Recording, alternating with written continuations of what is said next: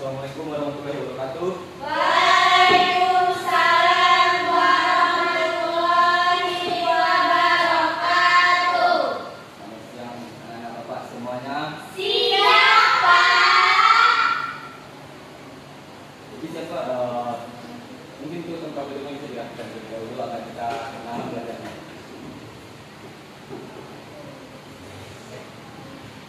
Nah, sebelum kita mulai pembelajaran, mungkin bisa dipimpin dulu doanya oleh Ibu Kelas. Regina, Pak. Baik, berdoa mulai. Bismillahirrahmanirrahim. Raditu billahi rabba wa bil islami dina wa bi Muhammadin nabiyyan wa rasulah. Rabbi zidni ilman warzuqni fahman. Amin. Nah, sebelum pembelajaran kita mulai, Bapak mau mengambil absen dulu. Siapa yang nggak hadir hari ini? Gimana Pak Ijul? Sakit, Pak. Oh, sakit beliau. Pak, Ya? izin bentar, Pak. Ya, silakan. Ya, semoga pertemuan selanjutnya Pak Ijul bisa sampai dengan kelas kita. Amin. Ya, langsung saja kita memulai pembelajaran kita hari ini. Ada yang masih ingat mengenai pembelajaran kita minggu kemarin? Masih, Pak. Nah, apa saja? Ya, saya tahu sumber daya alam. Apa itu sumber daya alam bisa? Sumber yang ada di alam dan digunakan oleh manusia. Terus ada yang lagi? Ada yang lain? Hasil bumi yang digunakan oleh banyak manusia, baik untuk digunakan sehari-hari maupun untuk diekspor maupun impor, Pak. Ya, itu maksud dari sumber daya alam. Tepuk tangan dulu untuk mereka. Nah, selanjutnya materi kita hari ini mengenai tentang pertimbangan kerjasama dunia. Jadi tujuan pembelajaran kita hari ini yaitu setelah mengikuti pembelajaran hari ini, peserta didik dapat diharapkan mampu yang pertama mengidentifikasi bentuk-bentuk kerjasama antar negara di dunia. Yang kedua menjelaskan faktor-faktor pendorong dan penghambat kerjasama antar negara. Yang ketiga menganalisis dampak positif dan negatif perkembangan kerjasama dunia bagi Indonesia dan negara lain. Nah, untuk selanjutnya silakan anak-anak semua untuk memperhatikan video tersebut. Ini sebagai pemotong materi kita hari ini. Kerjasama dunia. Hai climate change. Tahukah kamu, jika dunia ada 193 negara dengan jumlah penduduk yang mencapai 8 miliar jiwa, dengan jumlah penduduk sebanyak ini muncul berbagai permasalahan yang kompleks. Di antaranya mengenai kebutuhan kekayaan makanan, air, energi, dan lainnya. Selain itu, aktivitas pemenuhan kebutuhan ini juga menimbulkan permasalahan lingkungan, seperti perubahan iklim dan polusi. Semua permasalahan ini butuh kerjasama antar pihak di berbagai wilayah untuk dapat diselesaikan dengan baik. Nah, bagaimana bentuk kerjasama? Ya, jadi itu adalah sebuah video menampilkan mengenai kerjasama dunia hari ini. Nah, untuk pemahaman lebih lanjutnya, di sini Bapak akan membagi anak-anak semua menjadi dua kelompok. Sekarang kita bagi kelompok terlebih dahulu. Berapa? Dua kelompok.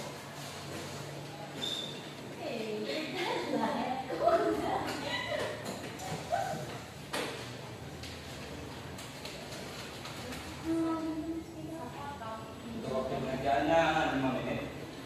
Bisa dimulai dari sekarang.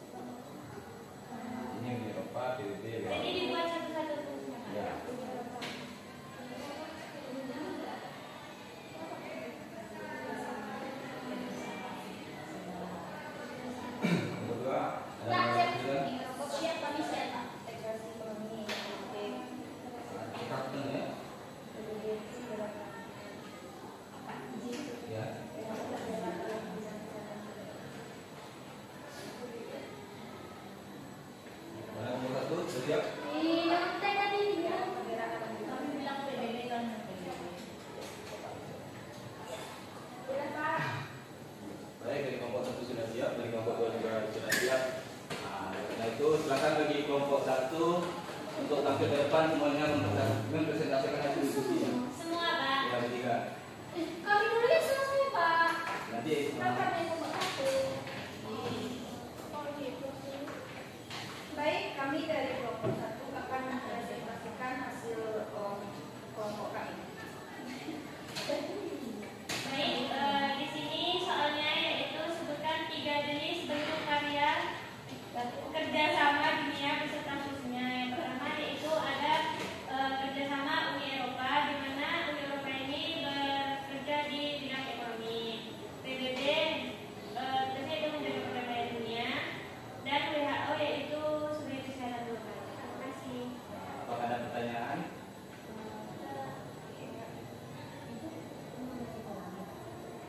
Ya, Rita. Kesehatan global itu apa Pak? Kesehatan masyarakat dunia. Mungkin mungkin kan tadi nggak tahu kata pasti. Nah, itu mungkin berfungsi untuk diatur. Karena akan dijadikan masyarakat. Bahkan penyakit Indonesia nggak ada. Nanti ada WHO yang bantu. Mungkin ya. Nah, kalau ada pertanyaan, Coba. jika tidak ada, silakan duduk. Kita hapus dulu untuk kelompok 1. Silakan pada kelompok 2. Buka ke depan. Mari kita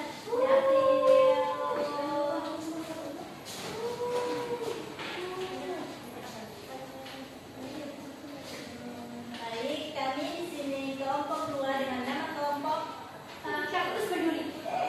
Keju dan kaktus peduli ya. Di sini soalnya sebutkan 3 jenis bentuk kerjasama dunia negara khususnya. Pertama itu PBB menjaga perdamaian dunia. Ada IMF sebagai pencairan dana pinjaman. yang ketiga ada ASEAN itu merupakan kerjasama negara-negara Asia Tenggara. Sekian dari kami. Ini, apakah ada pertanyaan untuk kelompok 2 dari kelompok 1? Ada. Silakan.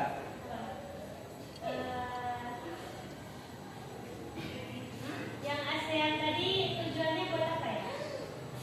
Mempererat silaturahmi antara Asia Tenggara sama ekonomi, bantuan sosial. Yang bertanya itu ditentuin atau kita bisa masuk? Ya daerah Asia Tenggara aja. Ya, ya Indonesia, Malaysia, Thailand, Filipina, Papua, New Guinea, Asia Tenggara. Oke, terima kasih. Tepuk tangan untuk kelompok 2.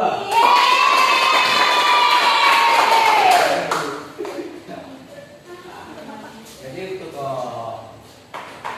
perkembangan kerjasama dunia itu seperti yang anda sampaikan semua, di sana ada WHO, PBB, NATO dan lain sebagainya. Nah, Bapak mau menanya dulu, mengapa sih harus ada kerjasama antar dunia itu? Ada yang bisa bantu jawab? Ya, bisa. Untuk mempererat silaturahmi antara negara-negara dunia. Untuk mempererat silaturahmi. Fauzia, Saling melengkapi Pak. saling melengkapi. Farah, Untuk memenuhi kebutuhan yang belum terpenuhi negara sendiri Pak. untuk memenuhi kebutuhan yang belum bisa dipenuhi oleh negara sendiri. Ya, Pak.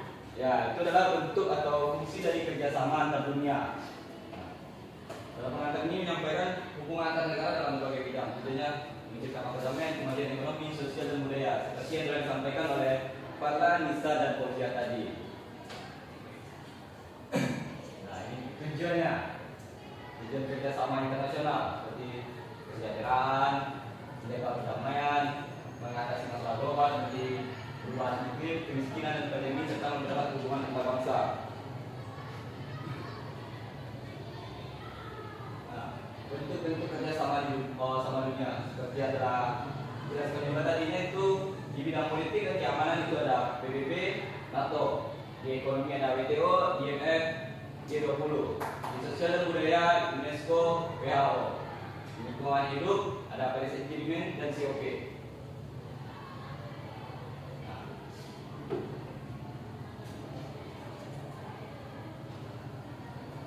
Nah, seperti perkembangannya seiring waktu organisasi untuk kerjasama dunia itu berkembang.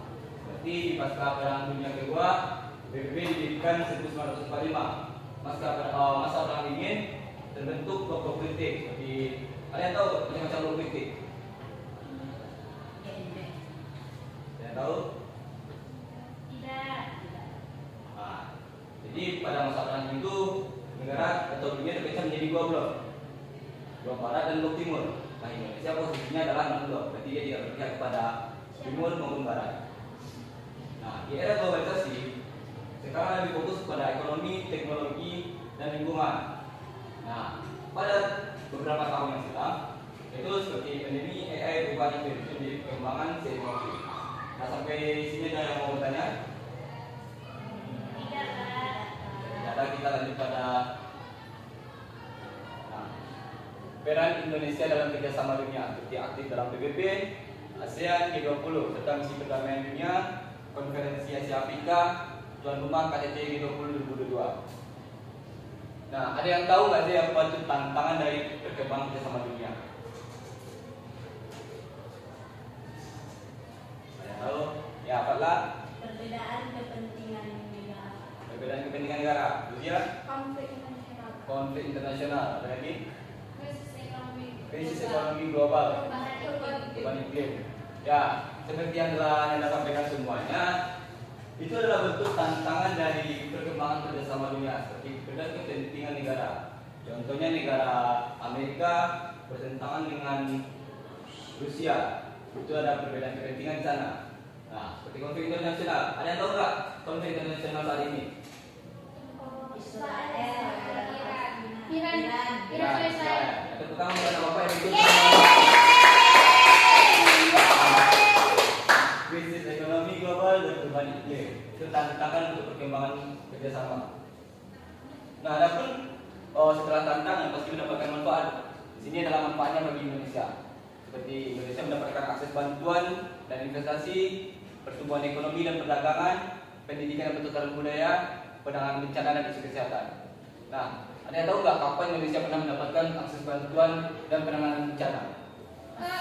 Ya, Tsunami Aceh, Pak. Tsunami Aceh. Terus Covid. COVID. Terus Krisis moneter. krisis moneter. Nah, itu manfaat yang telah pernah dirasakan oleh Indonesia sejak bergabung dengan kerjasama dunia. Ya.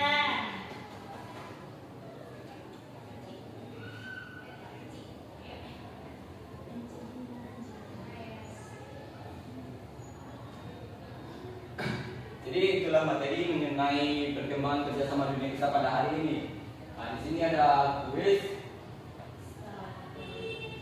Jadi ada 3 orang nanti yang akan tampil ke depan, Bapak panggil secara langsung saja. Bapak panggil langsung maju ke depan. Baiklah.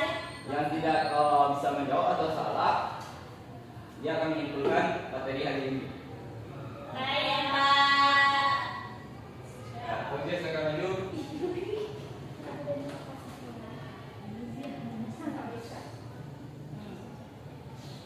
Langsung sama dia. Dea, di belakang Dea bisa. Ya, betul. Udah bisa. Kita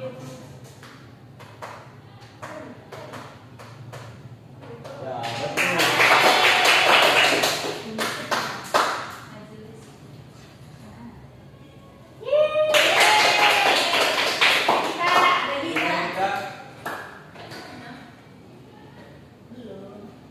Oh itu.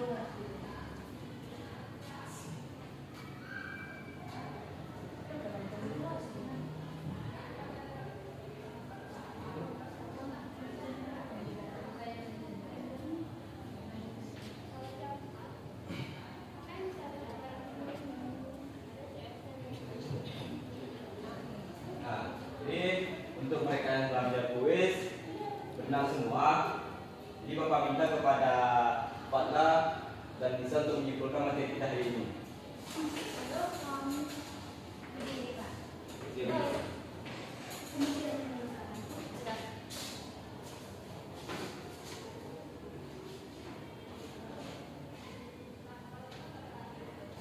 Baik, saya Fatmawati dengan nomor absen 19. Di sini saya dan teman saya Madam Fernisa nomor absen 19. 17 akan mempresentasikan dan akan menyimpulkan pembelajaran hari ini, yaitu tentang